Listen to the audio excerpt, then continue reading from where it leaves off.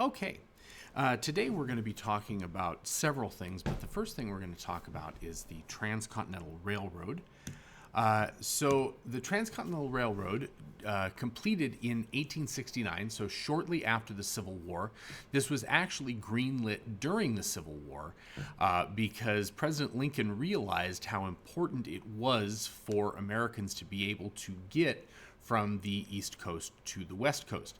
Now, looking at this, it doesn't look like it's transcontinental. It looks like it's about half continental because it only goes from Iowa to California.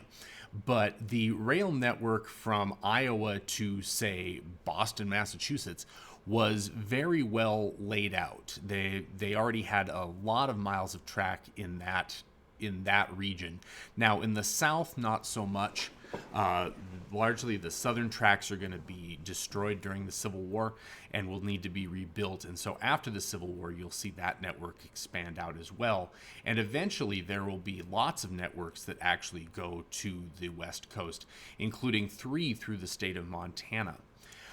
Those railroad networks largely were what we call land grant networks, meaning that for every mile of track that a railroad company laid down, for example, the Union Pacific or the Central Pacific, they would get 10 miles of land in the West. This led to railroads being the number one landholders in the West during the late 1800s and early 1900s. In fact, they are still huge landholders in the West, although not as large because they've slowly sold off their property. So one of the things that happens because of the Transcontinental Railroad and the expansion of railroads is in 1883, the railroad companies will adopt what are known as time zones. This is because it's very hard to keep a railroad schedule going if time is not standardized. If noon in one place is not noon in another place, when do you meet your train? So time zones, the first time zones looked something like this. There were 4 of them. There are still 4 of them in the continental United States. However, our current time zones have shifted a bit. We try not to bisect states as much as we can, and we don't have as much of that zigzagging going on. I will say that Arizona actually changes time zones depending on the time of year because they do not observe daylight savings time. So half the year they are in mountain time, the other half of the year they are in Pacific time. In addition to railroads, another technology that was expanding during this time was telegraphs, because where railroads went, telegraph lines went. And Alexander Graham Bell is going to develop an invention that uses some of the same principles to allow people to talk to each other directly. This is known as the telephone, and you see him here with one of the first models of the telephone. So the telephone enabled voice communications between long distances. The old slogan was reach out and touch someone. But telephones were an incredibly important invention and continue to be an incredibly important invention. Here is the first page of Bell's telephone patent. Bell beat the other guy to the patent office by mere hours. We don't remember the other guy's name, but Bell is remembered, and his company AT&T, by the time we get to 1885, has basically a monopoly on long distance telephone lines and on local telephone lines. So in addition to Bell being an important inventor and inventing something that has to do with sound, we also have this guy. That is Thomas Alva Edison, a very young Thomas Edison, sitting next to one of his most important inventions, that being the about second model of the phonograph. The phonograph enabled the recording and playback of sound for the first time. This had never been possible before. Imagine you had never heard pre-recorded music. How would you know what a song sounded like? You would have to buy sheet music, learn how to play piano or some other instrument, and play it for yourself. And you would never really know if that was how the song was supposed to sound. Now you could listen to a recording of a song and learn it that way. You could also record yourself into these devices and play it back. The Smithsonian still has a number of the wax cylinders. Everything was recorded on wax cylinders back then. And they have recently digitized them so that they do not degrade any further without getting that sound off of there. But like I said, that's the second model of the phonograph. This is one of the first ones. You can see at the end of that horn is, and you can't really see it there, a needle that runs across that wax cylinder. And that can record or can play back sound. And you notice the crank on the side was important because that was necessary in order to make the thing run.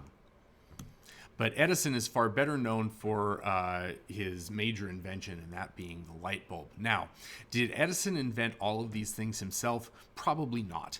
Edison had a lot of people working for him. He was one of the most successful inventors in American history, and he was brilliant, but he had a lot of people working for him.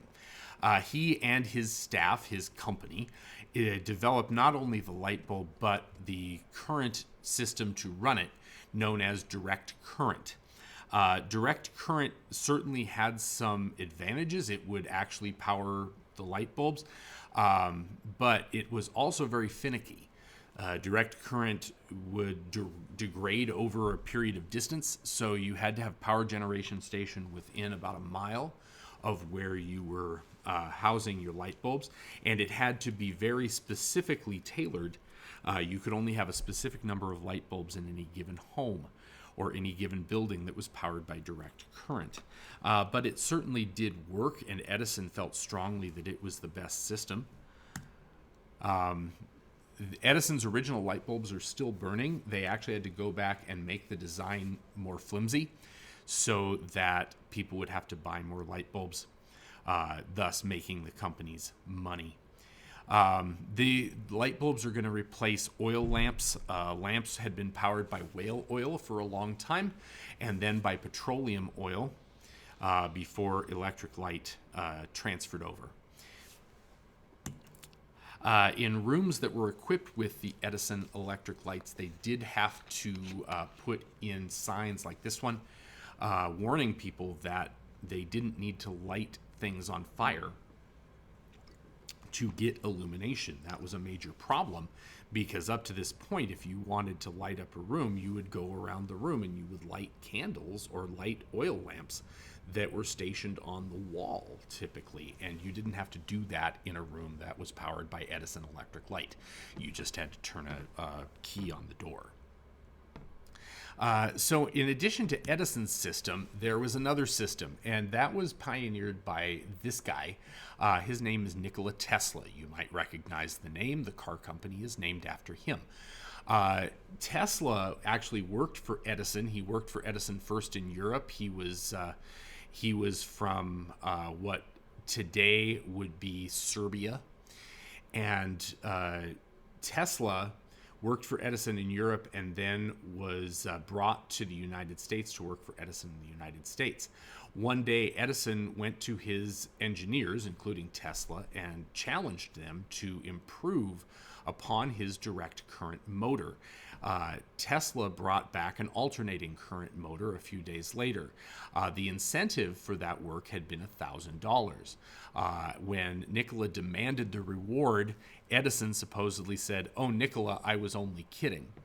Upon which time Tesla resigned. He actually dug ditches for quite a while until he was found by this guy, George Westinghouse. And Tesla and Westinghouse created a partnership where Westinghouse had all of the patents and Tesla got a royalty on those patents for, I think, 10 years or something like that. After that 10 years, Westinghouse is going to cut Tesla out of the deal. But Tesla and Westinghouse are going to electrify the World's Fair, and they are actually going to become kind of the leaders of electrified lighting using the alternating current system. The alternating current system didn't degrade over distance. So Tesla and Westinghouse actually set up huge power generation station at Niagara Falls that was able to power New York City. They were able to light up Chicago for the Chicago World's Fair. So using alternating current, they were able to do all of these things. Now, Edison was not done. Edison actually went around extolling how dangerous alternating current was. He would go around and electrocute animals using alternating current. He electrocuted an elephant. He electrocuted a horse, several monkeys. He was actually a technical advisor to the first electrocution of a human being who had committed a capital offense, a crime. He didn't want that to be known, but he was a technical advisor to that. So in response to that, Nikola Tesla would go around and he would run thousands of volts through his body. He would hold on to lightning rods and run current through his body at a very low amperage. In this pictures like this one, Tesla sitting in a room with arcing electricity was nothing that was uncommon. He was not fazed by it at all. But other people, I would be ducking for cover myself. But Tesla did not faze him at all. Tesla became quite the showman. He was very popular amongst society. He was actually kind of a sex symbol, such as it was. All the ladies wanted to date Nikola Tesla, but he had no interest in physical affection at all. He was a bachelor throughout all of his life. He did not really date. He did not. He did not engage in physical love that we can tell. His most prolific romantic attachment was actually to a pigeon later in his life. So Tesla was a very interesting guy. He had laboratories in several places, including Colorado Springs, Colorado, where he learned about the carrier waves of the Earth and how to communicate wirelessly, potentially. He and J.P. Morgan set up a huge wireless telegraphy station, wireless communication station at Wardenclyffe in New York. And J.P. Morgan pulled out of the deal when Tesla let slip that he wanted to not only provide free wireless communications, but free wireless power to everyone in the world. And J.P. Morgan realized he couldn't make any money if Tesla was going to give it away for free. So he not only pulled out his funding, but he blackballed Tesla to every other investor in New York City. So Tesla was not able to get any other investors, largely for the rest of his life. But Tesla continued inventing, even though he didn't have much in the way of funding. He went from hotel to hotel and would run up huge bills and then be kicked out when he couldn't pay them. His final days were spent in a hotel room in New York City. He had said that he was developing something called a death ray in the waning days of his life. And what's interesting is that the federal government seized most of Tesla's papers and inventions upon his death and did not release them back to his family for about 20 years. And even then, it was not everything. It's believed that a number of Tesla's papers and inventions stayed with the federal government, and that technology that Tesla had come up with has slowly made its way into things like cellular telephones. It's believed it has made its way into various defense products for the U.S. military. So Tesla is kind of the father of modern cell phones. But anyway, that's Tesla died in the early 20th century, largely forgotten until just recently. Okay, so our journal topic for today, one of the topics we discussed today was the current war between Thomas Edison and Company and Nikola Tesla, direct current versus alternating current. If you were alive then, would you have supported the more established Edison and Company, or the upstart Tesla, aka George Westinghouse? Why? So that's all we have for today. Thank you for joining us, and see you next week. Have a good one.